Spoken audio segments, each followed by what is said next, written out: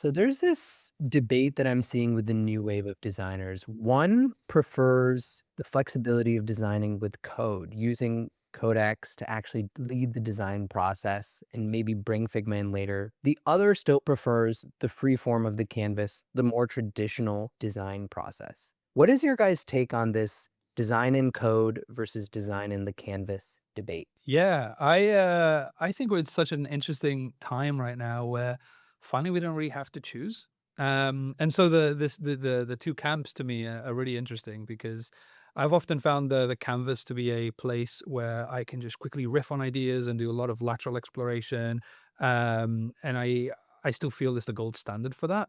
Whereas code has just enabled me to go super deep and really make my ideas real very quickly. And before I used to have to choose like which kind of mode do I have to engage in to get to the thing that I want to do.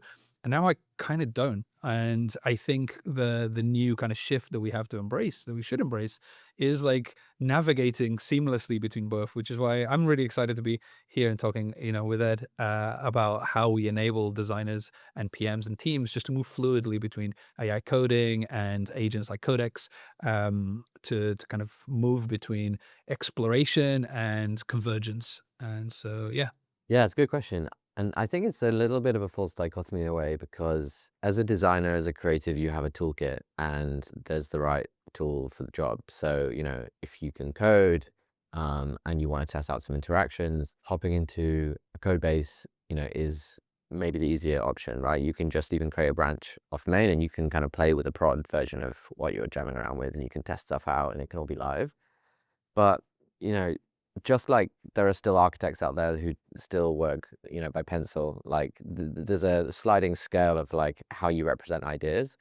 And I think less than kind of, getting into this kind of like deeper, like philosophical debate around, what is a designer today or what should they use? I think I just come at it like really practically. And I think most of the team here do that as well, which is, if you're being super exploratory, you want to sketch stuff out. If you want multiplayer, you want to be able to collaborate and comment and show work and print it out and put it up on a wall and, tear it down.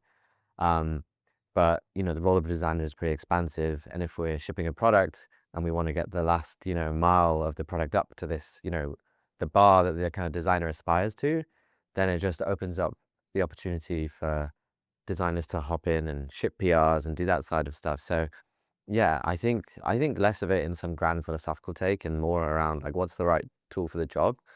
And if I was a young designer today, I would be like so excited to hop in and like have these insane new kind of like box of toys, frankly, to just like build all this fun stuff. So I also think it's like a really, really fun time to be a designer because your imagination really is the only upper limit. Here's the dirty secret about prototyping. You spend 2 weeks building a prototype, you validate your assumptions. Engineering loves the direction. Then what happens? You throw the whole thing away. Bolt changes this completely. When you prototype in Bolt, you're not building throwaway mockup. You're building real front-end code that integrates with your existing design system. So when you hand it to engineering, they don't throw it away. They ship on top of what you've built. I use Bolt every single day. I host my land PM job cohort on it. And honestly, I'm up till 2 a.m. some days just vibing in the tool, having fun, and building. That's when you know a product is good. When you're using it past midnight, not because you need to, but because you want to. Check out Bolt at bolt.new/Akash. That's bolt.new/AAKASH.